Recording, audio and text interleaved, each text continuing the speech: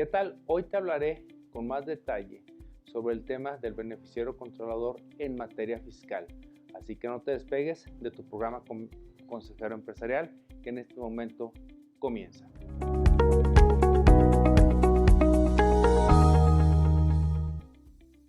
¿Qué tal? De nueva cuenta tu servidor Adrián Paredes, presidente de la revista Consejero Empresarial y del Centro de Estudios del Derecho de la Empresa, que de antesala te quiero invitar próximamente a nuestro podcast. Es de una sesión donde profundizaremos el maestro Alejandro Rodríguez Pérez y tu servidor para poder hablar y comparar los efectos del beneficiario controlador en materia de la Ley Federal para la Identificación y Prevención de Operaciones con Recursos de Procedencia Ilícita y estas reformas adicionadas en el Código Fiscal de la Federación para este 2022, que hoy te explicaré someramente las bases, pero también cómo se tiene que integrar ese expediente y cómo van a llegar esas facultades de comprobación. Y algo también interesante, hasta dónde puede llegar esa cadena de integración del expediente. Estos son los puntos que vamos a ver el día de hoy. Bueno, pero primeramente hablaremos un poco del origen. En varios países, y no solamente es de México, pues obviamente se está tratando a través de la Organización de las Naciones Unidas y a través también de la Organización para la Cooperación y Desarrollo Económicos, la OCDE, de tratar de lograr la transparencia de los principales o de todos los países en general. De hecho, incluso hay intercambio de información. Ejemplo, en Islas Caimán fue un poco reticente, pero bueno, cuando menos hoy da información de la existencia de cuentas, aunque no te da los movimientos. Suiza, que por muchos años tenía el secreto bancario completamente respetado y cero divulgación, pues hoy es a donde más se acude y es el que más divulga. Entonces, esto es una muestra de los cambios que están sucediendo a nivel mundial. Por ende, esto no es una cuestión fiscal que podemos culpar al gobierno, sino esto es un seguimiento a diversos organismos internacionales, que aquí el principal es el Grupo de Acción Financiera. Si bien es cierto, Gafi y sus recomendaciones deberían de estar en la ley antilavado, que mencioné su nombre completo hace un momento, pero para efectos prácticos así la llamaré de aquí en adelante, esto no quiere decir que es correcto que se haya introducido en Código Fiscal. ¿Qué es lo que sucede? Código Fiscal es más robusto en muchos aspectos. Sobre todo, como lo veremos, le da la connotación que ese expediente del beneficiario o beneficiarios controladores de una entidad, hablando de personas morales, por ejemplo, forman parte de su contabilidad, por ende seguirá las mismas reglas para la contabilidad desde su conservación, la manera en que la autoridad lo puede requerir, si es una verificación o una visita domiciliaria, que en este caso sería una de gabinete, de las nuevas del 48A del Código Fiscal de la Federación. Entonces, pues bueno, puede ser que la primera llegada, pues ya no van a ser las multas por no tener los libros sociales, que era la clásica, ahora va a ser el expediente de beneficiario controlador, y sobre todo si no está actualizado. Aquí debes de tener mucha atención porque son 3 obligaciones que debes de cumplir de acuerdo al artículo 86M del Código Fiscal de la Federación. La primera, contar con el expediente. Segundo, mantenerlo actualizado. Y tercero, que tenga los datos correctos. Si se infringen algunas de estas 3 conductas, las sanciones que están contenidas en el artículo 84N oscilan para la primera de $1.5 millones a $2 millones, la segunda de 500 a 800 mil pesos y la tercera cantidades similares de 500 a 800 mil pesos. Entonces tengan presente que esta adición, si yo no me voy un poquito hacia atrás, me voy al 2013 cuando inicia esta ley antilavado, de acuerdo al artículo 3 de la propia ley, así como el artículo 14 de las reglas de carácter general que emitió para aquel entonces la autoridad, pues definía quién era el beneficiario controlador Y el beneficiario controlado se caracterizaba por una sencilla razón, que es quien detentaba el uso o goce de los bienes obtenidos dentro de una entidad, o cuando menos tenía el control administrativo o de la administración, y esto se puede representar cuando se tenía más del 50% de la titularidad. Entonces, desde aquí nace de una manera un poco irregular y un poco imprecisa los conceptos que ya en materia fiscal se detallan a mejor en las reglas de resolución miscelánea. Que levanto la mano, no estoy de acuerdo y creo que ahí tiene un grave error si quiere que esto funcione, puesto que ya ahí está hablando de la cadena de control y la cadena de titularidad. Desde aquel entonces, 2013, ya estamos cerca de alcanzar los 10 años, o ya los alcanzamos, pero por la vigencia y por el vacatio legis y luego una pequeña prórroga que hubo, todavía estamos muy cerca de alcanzarlo. Entonces aquí, ¿qué es lo que hay que cuidar? Primeramente, los vehículos, que son las personas morales, son unas ficciones jurídicas que separan la personalidad jurídica de los accionistas y de esta entidad, de acuerdo al segundo párrafo del artículo segundo de la Ley General de Sociedades Mercantiles. Entonces, por ello fueron empleadas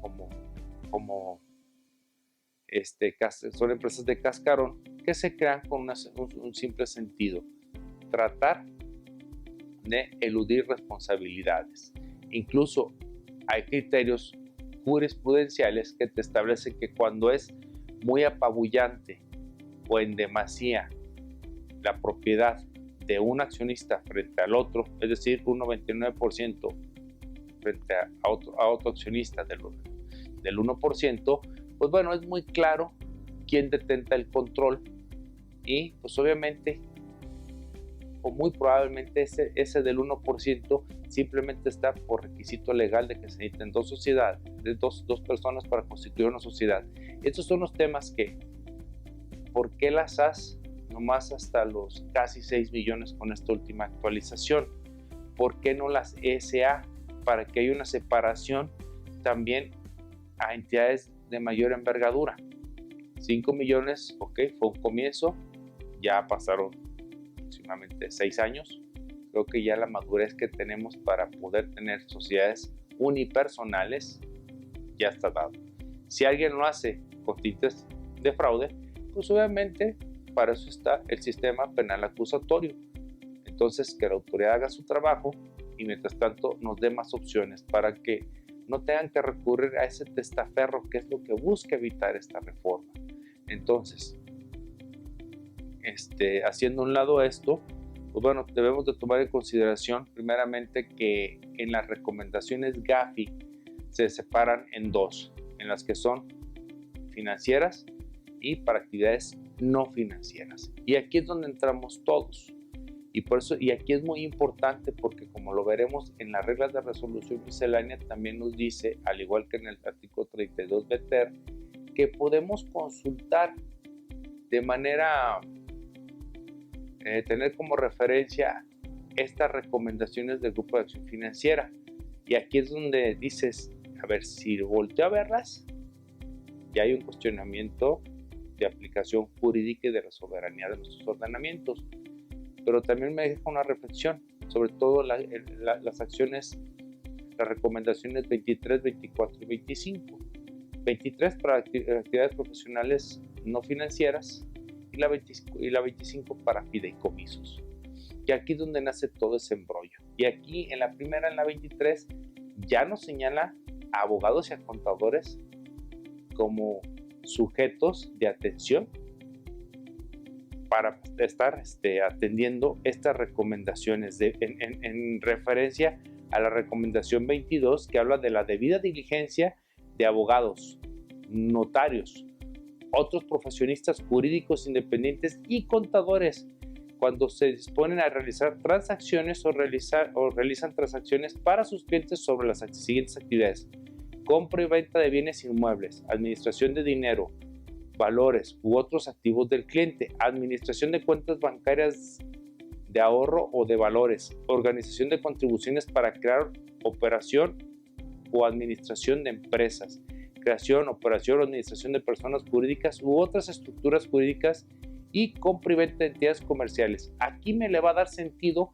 a lo que el artículo 32 B-ter del Código Fiscal de la Federación, quiero entender, se refiere a cualquier otra figura jurídica.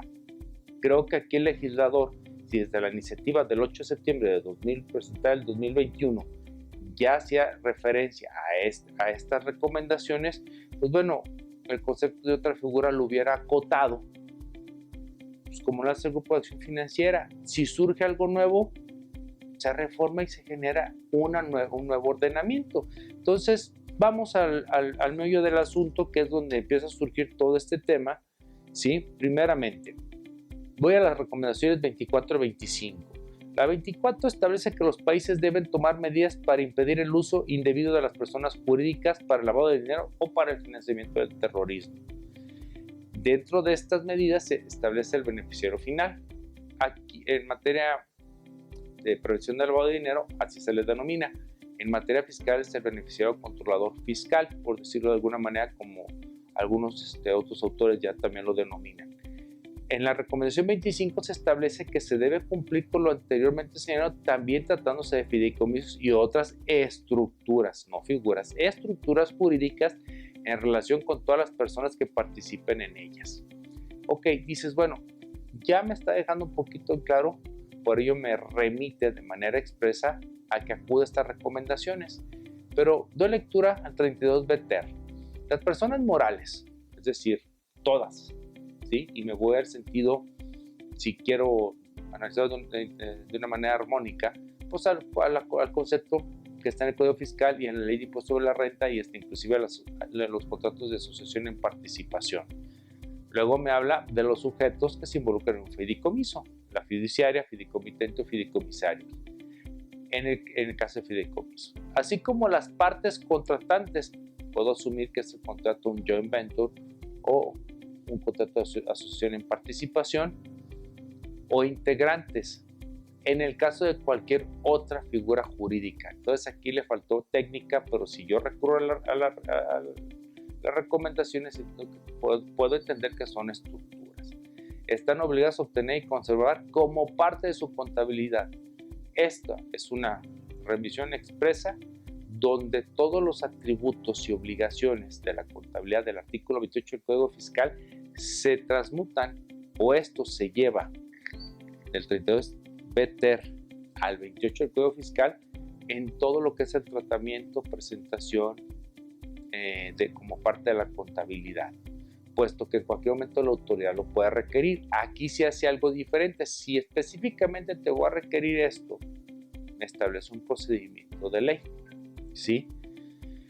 Bien, esta información podrá suministrarse a través de acuerdos de intercambio de información fiscal a nivel internacional. Ese es un tema preocupante, porque si bien es cierto, pues desde FATCA como que vimos que no pasó mucho, salvo algunos casos que nos ha tocado ver en las administraciones centrales de auditoría. Por el intercambio se lleva de FATCA, desde Foreign Account Tax Compliance Act, es decir, ese intercambio de información de cuentas foráneas que adoptamos aquí en México y que tenemos también en nuestra miscelánea fiscal, se lleva a cabo cada septiembre. Entonces, tanto el IRS como el SAT, ambos fiscos, en septiembre se intercambian las operaciones del ejercicio pasado. Entonces, saben los americanos que tienen cuentas en México y nosotros en México sabemos de nuestros mexicanos que tienen cuentas en Estados Unidos. Esa es la reciprocidad. Ahora, aquí tenemos que tener muy presente que el SAT podrá notificar a las personas morales, a los integrantes del fideicomiso o a las partes contratantes o integrantes de cualquier otra figura, así como a terceros con ellos relacionados, la solicitud de información de los beneficiarios controladores de conformidad con lo establecido en el artículo 134. Dicha información debe ser proporcionada en 15 días y por una causa extraordinaria podría extenderse otros 10 días más. Ok, aquí hago un paréntesis y me hago una remisión rápida. Ya tengo un video donde explico que surgen dos fracciones en el artículo 42 del Código Fiscal de la Federación, ¿Qué habla este artículo? Facultades de comprobación. Si anteriormente, hasta 2021, podría llevarse facultad de comprobación con el sujeto directo, con el contribuyente, con responsables solidarios, con terceros relacionados, con asesores fiscales debido a los esquemas reportables, pero finalmente ahora también se agrega para 2022 todo lo que se refiere al beneficiario controlador y se agregan dos.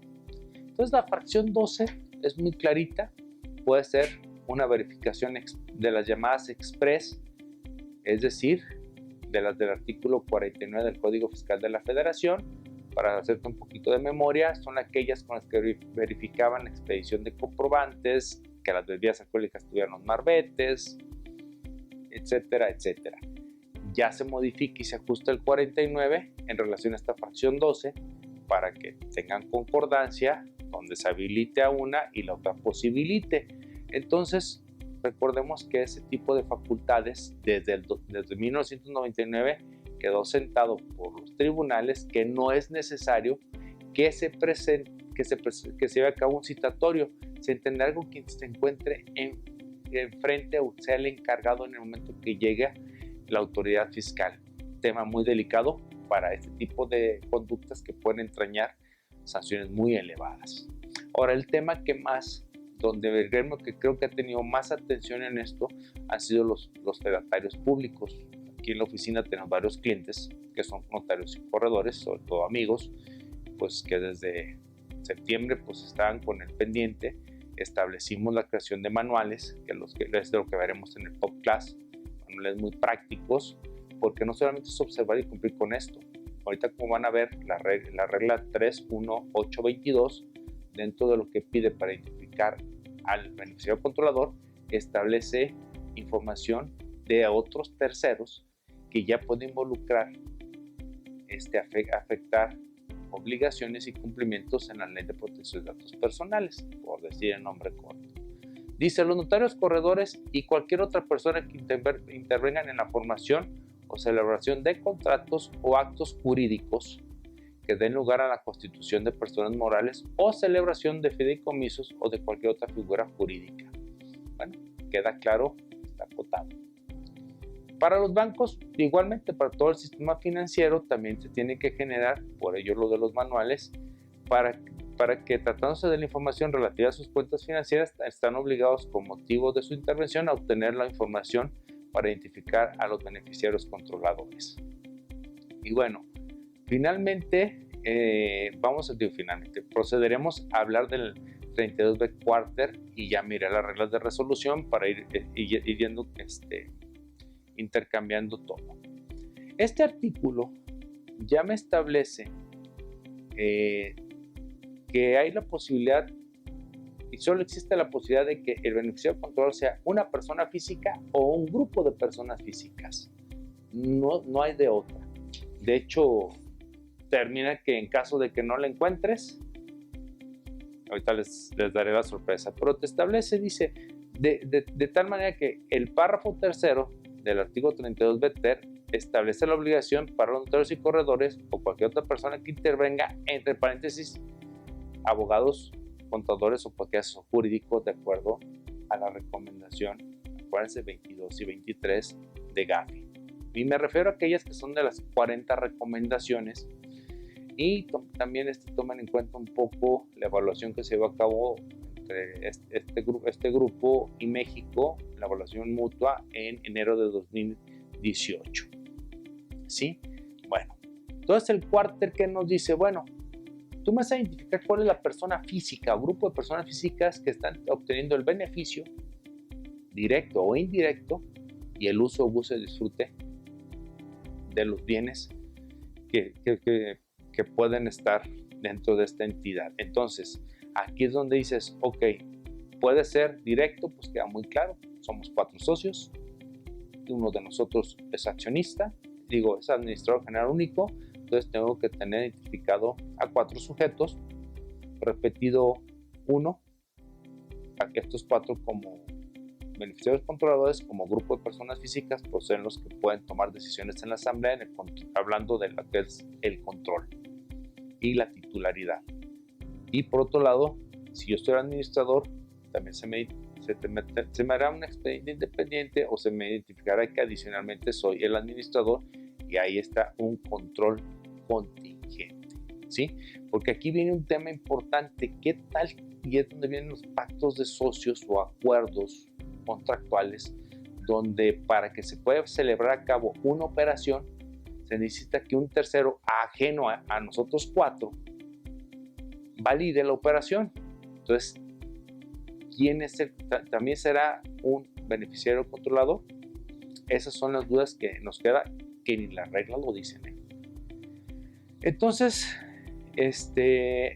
sabemos que todo esto viene a tratar de fortalecer y evitar el uso de testaferros, es decir, prestanombres.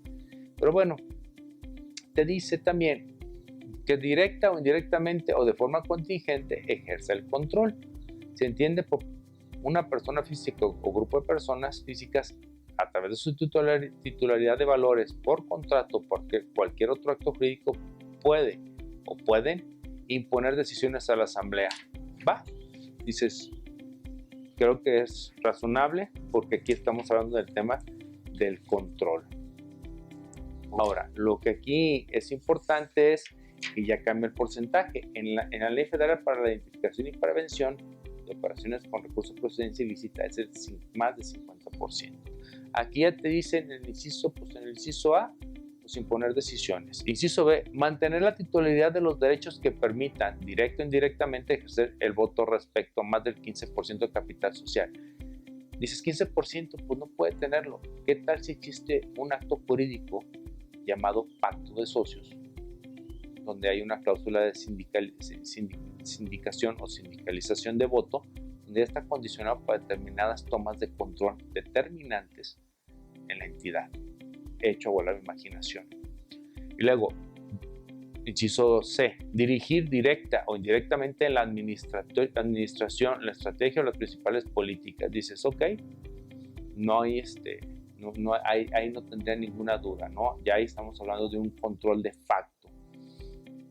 En el caso de los fideicomisos, pues sí nos habla de los 3 sujetos que participan en la afectación de esta unidad económica, pero también dice, así como cualquier otra persona involucrada que ejerce en última instancia el control. Dices, bueno, ¿qué va a pasar con los comités técnicos de cada fideicomiso? Aquí son temas que tendrán que aclararse.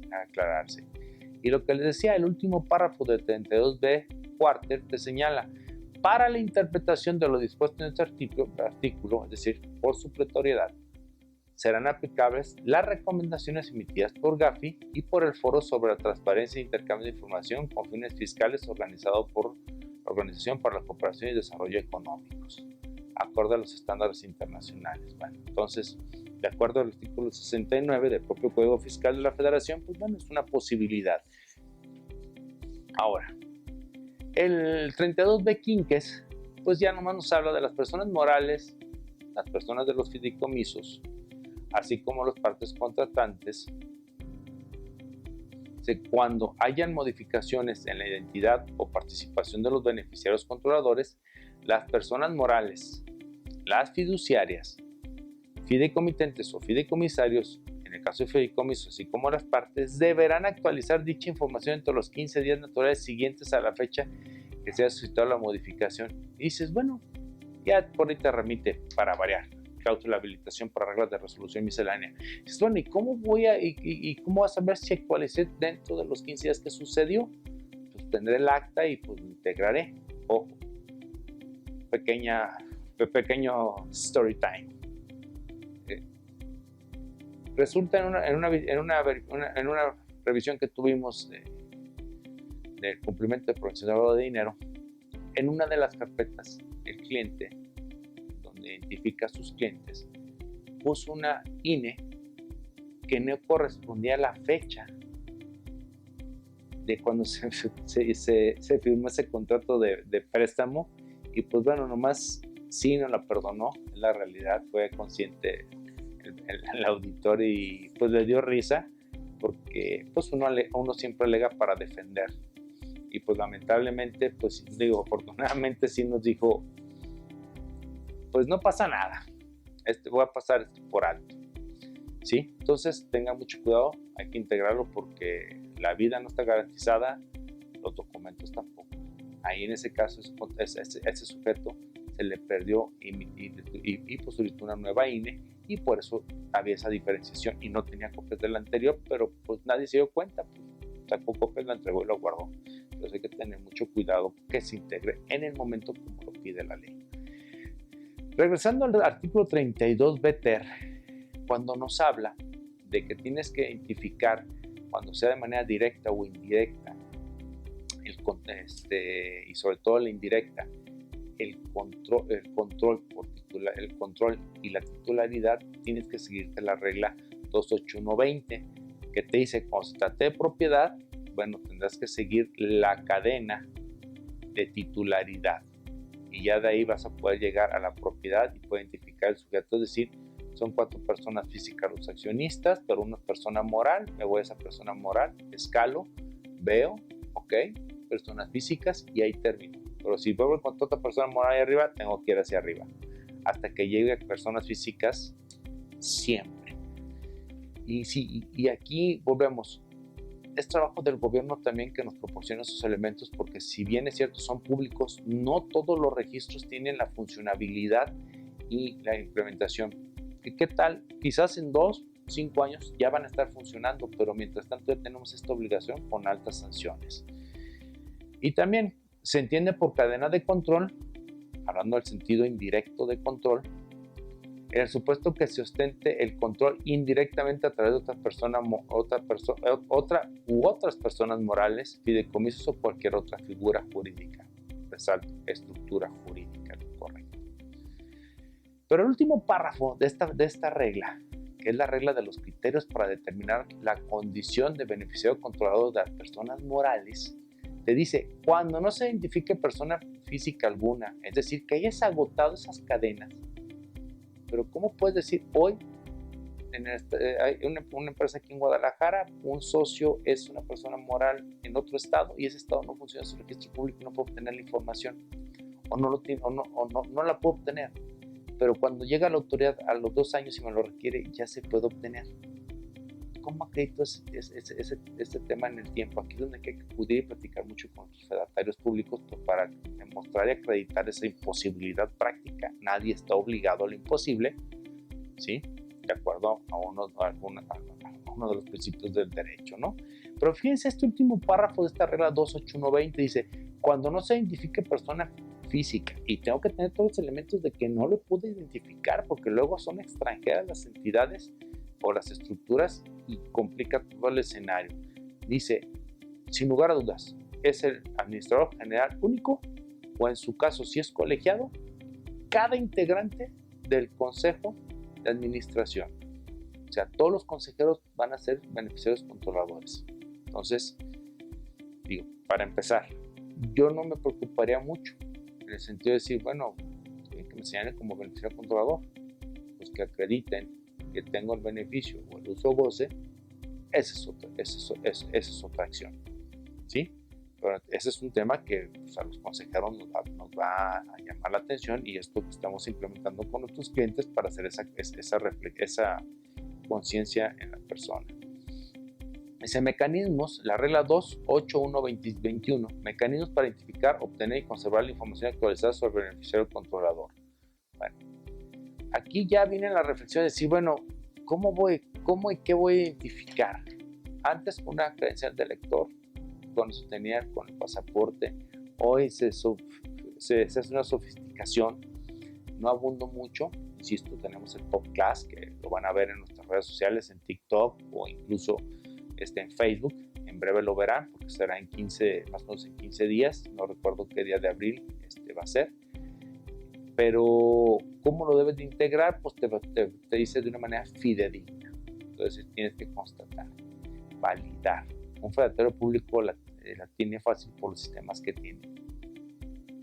Personas normales que no tenemos ese tipo de plataformas, pues se nos complica. Aquí es donde el gobierno tiene que hacer su parte, nosotros cumplir con esto. Ahora, la regla 28122, no enlisto las 22 fracciones, solo voy a resaltar yo creo que la más importante para que lo tengan presente. La fracción décima, el estado civil. Tengo que proporcionar copia del cónyuge y el régimen patrimonial, o identificación de la concubina o del concubinario de ser aplicable. Entonces, ya me estás pidiendo no solo que pida la información al beneficiario controlador, que ya de ahí tiene que haber, por eso el manual que vamos a platicar en el PopClass para cumplir con la protección de datos personales, sino que también esa persona que es mi cliente, es parte de la entidad, la tengo que preparar para que solicite, ¿sí?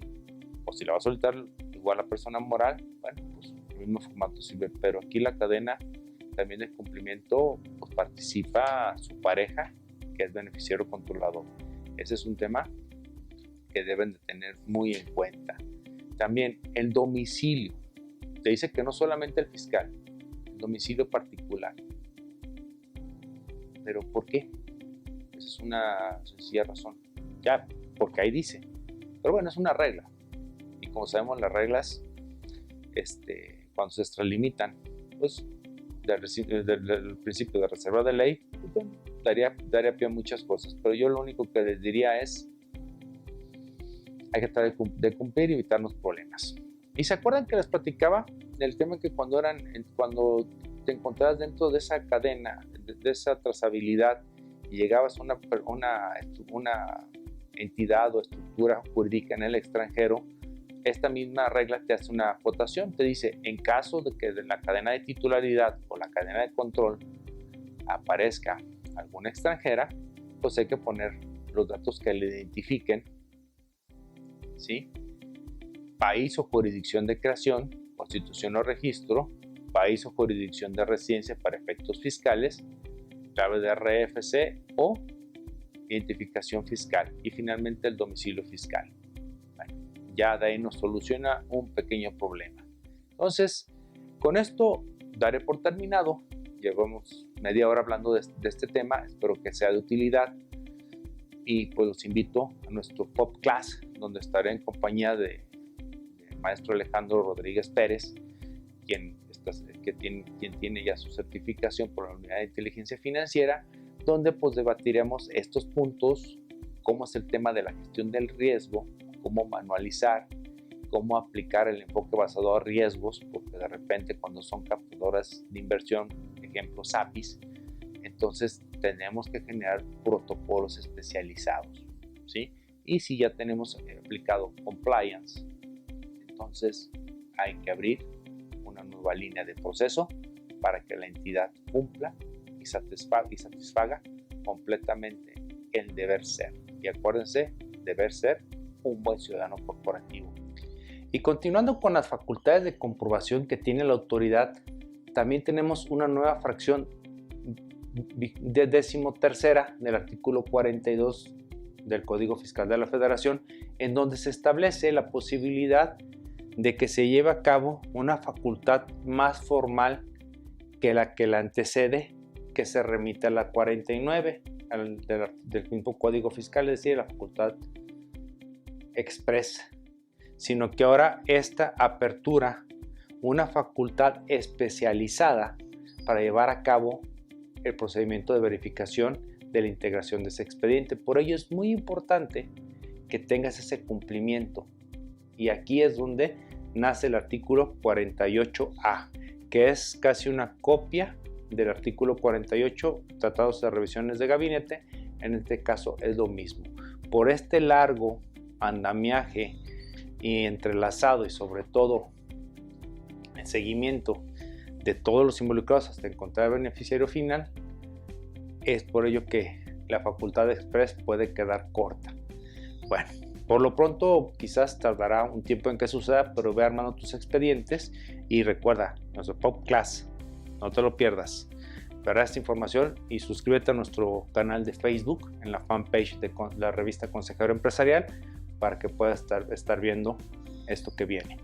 Y finalmente pues te estaré hablando ya de manera de colofón del artículo 32D del Código de la Federación, que se refiere a esa famosa opinión de cumplimiento de obligaciones fiscales que ya nos lo pide para todo, no solo el sector gobierno, no solo instituciones bancarias para créditos, sino también lo pedimos terceros para saber que con quien me involucro como proveedor o con quien voy a firmar un contrato es una persona moral seria.